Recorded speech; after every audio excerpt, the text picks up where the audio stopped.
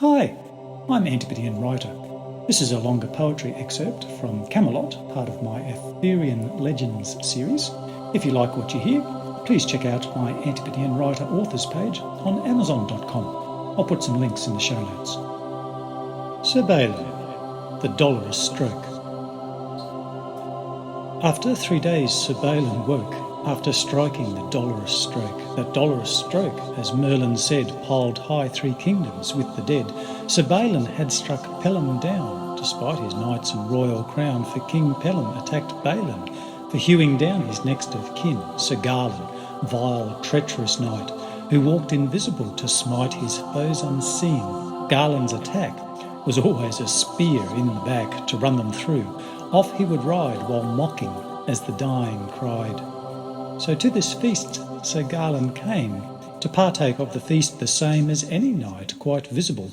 Sir Bayln too was there as well, guest at King Pelham's court. Garlon slapped Baylon's cheek as he looked on Sir Garlon's face to see if he was whom he sought. Most spitefully Sir Garlon to Bayln did speak, while slapping Bayln on the cheek. Demands he do what he would do. Sir Bayln did, and cleaved him through the skull. Sir Baylon's flashing sword left Garlon's head violently gored, divided to his neck in twain.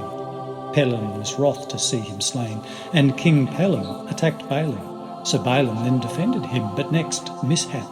Baylon's sword broke, deflecting Pelham's mighty stroke. So Baylon rushed out from that room to seek a weapon, as the doom of Pelham's anger followed fast upon his heels.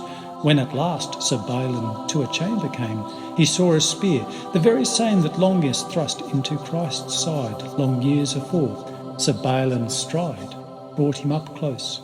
The spear he took, the relic from its holy nook, and turned him back to face Pelham.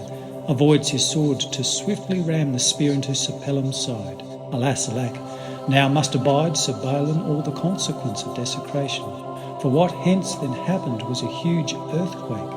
Did strike King Pelham's palace, shake it to the ground. The people died, invited to the feast inside. King Pelham fell and lay as dead, with grievous wound that ever bled, till later in a future year Pelham was healed, as we hear. Sir Bayln also fell down too, lay comatose. Then Merlin drew to seek Bayln. After 3 days, Merlin Sir Bayln found to raise him from his torpor and lead him hence, and explained all the late events Sir Bayln by his dolorous stroke had caused. His conscience then awoke to grieve Sir Bayln much, heart sore. Sir Bayln asked to hear no more.